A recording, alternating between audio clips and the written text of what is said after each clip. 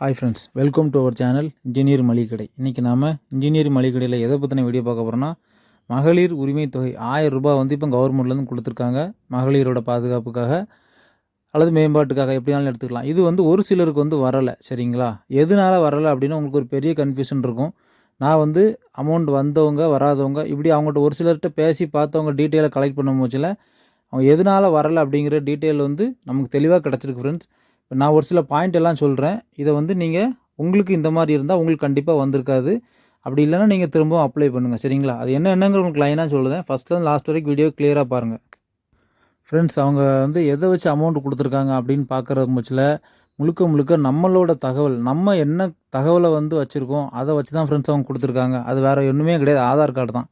இப்போ நம்ம bank account வந்து ஆதார் கார்டில் லிங்க் ஆகிருக்கும். ஹஸ்பண்ட் ஒய்ஃப் 2 பேரோட ஆதார் கார்டு சேர்ந்து ஸ்மார்ட் கார்டாக மாறி இருக்கும், சரிங்களா? ஃபேமிலி மெம்பர்ஸ் இவங்க எல்லாமே சேர்ந்து ஒரு ஸ்மார்ட் கார்டாக மாறிடும். இதை வச்சு தான் ஃப்ரெண்ட்ஸ் அவங்க முழுக்க கொடுத்துருக்காங்க. எந்த ஒரு என்கொயரியுமோ எதுவுமே பண்ணலை, சரிங்களா? 100% அடிச்சு சொல்லலாம். விஏஓ மூலமாக என்கொயரி பண்ணுறது எந்த ஒரு என்கொயரியுமே அவங்க பண்ணலை, சரிங்களா ஃப்ரெண்ட்ஸ்? இப்போ நான் லைனாக ஒரு சில பாயிண்ட் எல்லாம் சொல்கிறேன். இது வந்து உங்களுக்கு நடந்திருக்கான்னு பார்த்துக்காங்க. இது உங்களுக்கு இருந்தால் கண்டிப்பாக வந்திருக்காது. இப்படி நடக்கலைன்னா நீங்கள் அடுத்த டைம் அப்ளை பண்ணுங்கள், ஸ்ட்ராங்காக அப்ளை பண்ணுங்கள், தைரியமாக அப்ளை பண்ணுங்கள், ஓகேங்களா ஃப்ரெண்ட்ஸ்? இப்போ எல்லாருமே என்னென்னா ப்ரைவேட் செக்டரில் வேலை பார்ப்போம். அந்த சேலரி வந்து நமக்கு அக்கௌண்ட் மூலமாக வரும், சரிங்களா? ஒரு வீட்டில் இப்போ 2 பேர் ஒரு 20,000 சம்பளத்தை வேலை பார்த்தாலே கவர்மெண்ட் சொன்ன லிமிட்டை நம்ம தாண்டிடுவோம். அதாவது 2,50,000 மேலே வந்துடும், நமக்கு வந்து வராது, சரிங்களா? ஒருவேளை நான் அப்படி கம்மியாக தான், எங்கள் அப்பா கம்மியாக தான் வாங்குதாங்க, அம்மா கம்மியாக தான் வாங்குதாங்கன்னா, உங்கள் வீட்டில் வந்து நீங்கள் யாராவது ஒரு 3வது நபர் பிள்ளைங்க யாராவது சேலரி வாங்கினா அதையும் சேர்த்து அதுவுமே அந்த ஸ்மார்ட் கார்டுக்குள்ளே வந்துடும். அப்படிங்கும் பட்சத்தில் அதுவுமே அந்த சேலரி லிமிட்டை வந்து அதிகப்படுத்தி காமிச்சிருக்கும். அதனால் உங்களுக்கு வந்திருக்காது, சரிங்களா? அடுத்து வந்து ஃப்ரெண்ட்ஸ், இந்த வீட்டு மனை சம்மந்தமாக ஏதாவது நீங்கள் வந்து ரொம்ப நாளாக அலைஞ்சிட்டு இருந்திருப்பீங்க. அதில் வந்து உங்கள் நேம் ஆட் ஆகிருக்கும், சரிங்களா? உங்கள் நேம் ஆட் ஆகிருக்குன்னா இப்போ உங்கள் தாத்தா வழி சொத்து அப்படி ஏதாவது பாகப்பிரிவினை வைக்கும் போச்சில் உங்கள் அப்பாவோட ஆதார் கார்டு வந்து அதுக்கு உள்ளே போயிருக்கும். அப்படி ஒரு ஃபார் எக்ஸாம்பிள் ஒரு 10 ஏக்கர் இடம் இருக்குது. இதை வந்து ஒரு 3 பிள்ளைங்களுக்கு மாறுது அப்படிங்கும் பட்சத்தில் உங்கள் அப்பாவோட ஆதார் கார்டு உள்ளே போயிட்டால் உங்கள் அப்பாவுக்கும் அந்த 10 ஏக்கர் அப்படிங்கிறத காமிச்சிரும் எக்ஸாம்பிளாக, சரிங்களா? இப்படி காமிச்சாலுமே அந்த இதுலேருந்து நம்ம வெளியே வந்துடும். அந்த பாயிண்டில் வந்து நம்ம இருக்க மாட்டோம். அவங்க சொன்னது ஏதோ 5 ஏக்கர் என்னமோ தான் சொன்னாங்க. நமக்கு இடம் வந்து ஜாஸ்தியாக காமிக்குது அப்படிங்கும் பட்சத்தில் இடம் வந்து, ஆனால் அது டேட்டா பேஸில் வந்து அது தெரியாது, நமக்கு மட்டும்தான் தெரியாது. பாகப்பிரிவினைங்கிறது அது வந்து காமிக்காது. இவருக்கு இந்த இடம் இருக்குங்கிறத நம்ம ஆதார் மூலமாக அவங்க டேட்டா பேஸில் காமிச்சிரும். இதுவும் ஒரு ஒன் ஆஃப் த ரீசன். அடுத்து நம்ம பார்க்கக்கூடியது வந்து நீங்கள் வந்து முன்னாடி பழைய காரு டாக்ஸி ஏதாவது வச்சுருந்துருப்பீங்க. அதுக்கு வந்து இன்சூரன்ஸ் கட்டிகிட்ருப்பீங்க, சரிங்களா? உங்களோட பழைய காரோ டாக்ஸியோ எதுவுமே அப்போ வந்து நீங்கள் ஆதார் கார்டு கொடுத்து வாங்கியிருக்க மாட்டீங்க. ஆனால் இப்போ இன்சூரன்ஸ் கட்டும் போச்சில் ஆதார் கார்டை வச்சு தான் இன்சூரன்ஸ் கட்டியிருப்பீங்க. அப்படிங்கும் போச்சில் உங்களுக்கு வந்து கார் இருக்குது, 4 வீலர் இருக்குது இப்படின்னு காமிச்சிரும். அதாவது நான் சொல்கிறவங்களுக்கு கரெக்டாக புரிஞ்சுக்காங்க. நீங்கள் ஒரு 10 வருஷம் முன்னாடியே ஒரு பழைய கார் வாங்கி ஓட்டிகிட்டு இருப்பீங்க. ஆனால் அதுக்கு இன்சூரன்ஸில் வந்து உங்கள் ஆதார் கார்டு உள்ளே போய் கரெக்டாக இந்த ஸ்மார்ட் கார்டுக்குள்ளே காமிச்சிரும் உங்களுக்கு டேட்டா பேஸில், சரிங்களா? கார் இருக்குது, வாகனம் இருக்குதுன்னு காமிச்சிட்டுனா நம்ம வந்து அன்எலிஜிபிள் ஆயிடுவோம். அதனால உங்களுக்கு இதுவும் ஒரு பாயிண்ட் வராமல் இருக்குதுக்கு. இதுவும் உங்களுக்கு இருக்கான்னு யோசிச்சுக்காங்க, சரிங்களா? அடுத்து நம்ம பார்க்கக்கூடியது ஃப்ரெண்ட்ஸ், தொழில் பண்ணுறதுக்காக நீங்கள் ஏதாவது லோன் வாங்கியிருந்தா ஃப்ரெண்ட்ஸ், லோன் வாங்கியிருந்தா அது எப்படின்னா, லோன் வந்து நீங்கள் சாதாரணமாக வாங்க முடியாது. ஆதார் கார்டு கொடுத்து ஒரு சிலருக்கு வந்து ஜிஎஸ்டி நம்பர் கேட்பாங்க, என்ன தொழில் பண்ண போகிறீங்க அப்படிங்கும் பட்சத்தில் உங்களுக்கு வந்து டாக்குமெண்ட் வந்து அங்கே சப்மிட் ஆகும் பட்சத்தில் என்ன மாதிரி சப்மிட் ஆகும்னு உங்களுக்கு தெரியாது. சிறு தொழில், குறு தொழில், அப்படி ஒரு தொழில் அப்படின்னு ஆரம்பிக்கும் பட்சத்தில் உங்களுக்கு வந்து அந்த அவங்க சொன்ன பாயிண்டில் நம்ம இருக்க மாட்டோம் அப்படிங்கிறது என்னோட கெஸ்ஸிங்கு. இதுவும் ஒன் ஆஃப் த ரீசனாக இருக்கலாம். ஒரு சிலர் லோன் வாங்கினவங்கலாம் சொன்னாங்க, அவங்களுக்குலாம் வரலன்னாங்க.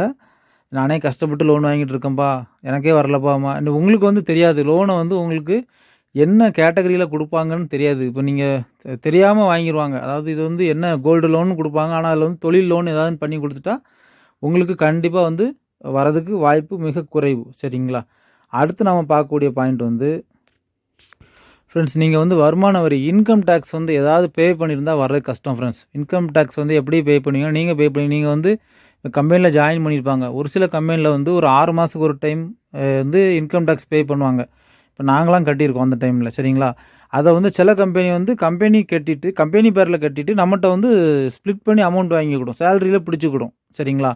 ஆனால் சில கம்பெனி என்ன பண்ணுவோம்னா நம்ம பேன் கார்டை வச்சு நம்மளே கட்டுற மாதிரி அந்த மாதிரியும் பண்ணுவாங்க, சரிங்களா? அப்படி கட்டியிருந்தால் வர கஷ்டம்.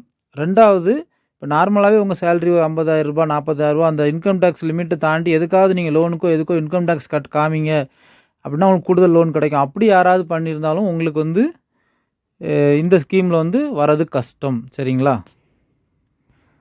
ஃப்ரெண்ட்ஸ், யாராவது உங்கள் வீட்டில் ஃபாரினில் இருந்தால், சரிங்களா, இப்போ 2 பேர் தான் இருக்கீங்க, ஒருத்தர் ஃபாரினில் இருந்தால் உங்கள் ஆதார் கார்டு வந்து இன்டர்நேஷ்னல் அந்த பாஸ்போர்ட்டில் வந்து லிங்க் ஆகிருக்கும். உங்களுக்கு கொடுக்குற அந்த அக்கௌண்ட் எல்லாமே இன்டர்நேஷ்னல் அக்கௌண்ட்டாக இருக்கும். அது வந்து ஃபஸ்ட்டே காமிச்சிரும். அப்படிங்கும் பட்சத்தில் உங்களுக்கு வர கஷ்டம். சரிங்களா ஃப்ரெண்ட்ஸ், நம்ம அடுத்து பார்க்கக்கூடிய பாயிண்ட் வந்து தொழில் சம்மந்தமாக ஜிஎஸ்டி நம்பர் ஏதாவது எடுத்து வச்சுருந்தா கண்டிப்பாக வர வாய்ப்பு இல்லை ஃப்ரெண்ட்ஸ். அல்லது நீங்கள் தொழில் பண்ணிகிட்டு இருந்தாலோ அல்லது தொழில் பண்ணணுங்கிற எண்ணத்தில் எடுத்து வச்சுருப்பீங்க, அப்புறம் அந்த பிஸ்னஸை கூட விட்டுருப்பீங்க. ஆனால் ஜிஎஸ்டி நம்பர் எடுத்து நீங்கள் வச்சுருந்தீங்கன்னா கண்டிப்பாக உங்கள் ஹஸ்பண்ட் யாரும் ஜிஎஸ்டி நம்பர் எடுத்து வச்சுருந்தா கண்டிப்பாக வர வாய்ப்பு ரொம்ப ரொம்ப கம்மி. ஏன்னா அது வந்து பிஸ்னஸ் மேன் அப்படிங்கிற கேட்டகரியில் காமிச்சிடும். சரிங்களா ஃப்ரெண்ட்ஸ், அடுத்து நம்ம பார்க்கக்கூடிய பாயிண்ட் வந்து பேன் கார்டை வந்து நீங்கள் தப்பாக யூஸ் பண்ணியிருந்தீங்க, அல்லது யாராவது உங்கள் பேன் கார்டை யூஸ் பண்ணியிருந்தா உங்களுக்கு வர வாய்ப்பு கம்மி. பேன் கார்டு எப்படி தப்பாக யூஸ் பண்ணுவாங்க மீன்ஸ் யாராவது கோல்டு வாங்குறது கேட்டிருந்தாங்க அப்படி நீங்கள் கொடுத்துருந்தீங்க, இல்லைன்னா சந்தர்ப்ப சூழ்நிலையில் நீங்களே ஒரு அதிகமான கோல்டு ஒரு 10 பவுன் 20 பவுன் அப்படி ஏதாவது எடுத்துருந்தீங்க அப்படின்னா அது உங்கள் பேன் கார்டு என்ட்ரியில் இருக்கும். அந்த என்ட்ரி வந்து அப்படியே ஆதார் கார்டில் காமிச்சிடும். அதனால கூட உங்களுக்கு வந்து வராமல் இருக்கலாம். அதனால் பேன் கார்டு யூசேஜ் இந்த மாதிரி தான் ஏதாவது பண்ணியிருந்தீங்களா அப்படிங்கிறதையும் செக் பண்ணி பாருங்கள் ஃப்ரெண்ட்ஸ். சரிங்களா ஃப்ரெண்ட்ஸ், அப்புறம் இந்த ஸ்மார்ட் கார்டில் வந்து மேரேஜ் ஆகி போனவங்களோட நேமை வந்து நீக்காமல் இருந்தால் கண்டிப்பாக வர கஷ்டம். சரிங்களா ஒரு ஃபேமிலியில் வந்து 4 பேர் 3 பேர் இருக்கிறீங்க அப்படின்னா ஒருத்தர் எப்படியும் 2 பேராக சேலரி வாங்கிட்டு இருப்பீங்க. அதில் ஒருத்தர் சேலரி வாங்கின நபர் வந்து அந்த ரேஷன் கார்டை விட்டு வெளியே போகலை, செப்பரேட் ரேஷன் கார்டுக்கு அவர் மாறலை, இந்த ரேஷன் கார்டோடு ஒட்டிகிட்டு இருக்காரு, நீங்கள் இதிலே இருக்கட்டு அப்படிங்கிற மாதிரி கூட்டு குடும்பம் இந்த மாதிரி நீங்கள் வச்சுருந்தால் கண்டிப்பாக வர கஷ்டம். அந்த 2,50,000 நம்ம லிமிட் வந்து தாண்டிடும். சரிங்களா இதுவும் ஒன் ஆஃப் த ரீசன். இதுலேயும் உங்களுக்கு அந்த மிஸ்டேக் நடந்திருக்கே தெரியாது. இதுவும் ஒரு முக்கியமான ரீசன். சரிங்களா ஓகே ஃப்ரெண்ட்ஸ், உங்களுக்கு வீட்டில் வந்து இந்த மாதிரி சின்ன சின்ன தவறுகள் ஏதாவது நடந்திருக்கா அப்படிங்கிறத நீங்கள் பாருங்கள். அப்படி இருந்தால் நீங்கள் வந்து அன்எலிஜிபிள் தான். அப்படி இல்லை அப்படின்னா நீங்கள் தைரியமாக அடுத்தால கவர்மெண்ட்டில் ஒரு டேட் சொல்லியிருக்காங்க செப்டம்பர் 18, அதில் வந்து நீங்கள் வந்து அப்ளை பண்ணுங்கள். உங்களுக்கு கண்டிப்பாக கிடைக்குன்னு ஒரு நம்பிக்கையோடு இருக்கும். சரிங்க ஃப்ரெண்ட்ஸ். ஓகே ஃப்ரெண்ட்ஸ், நம்ம சேனல் வந்து மளிகை கடை சேனல்.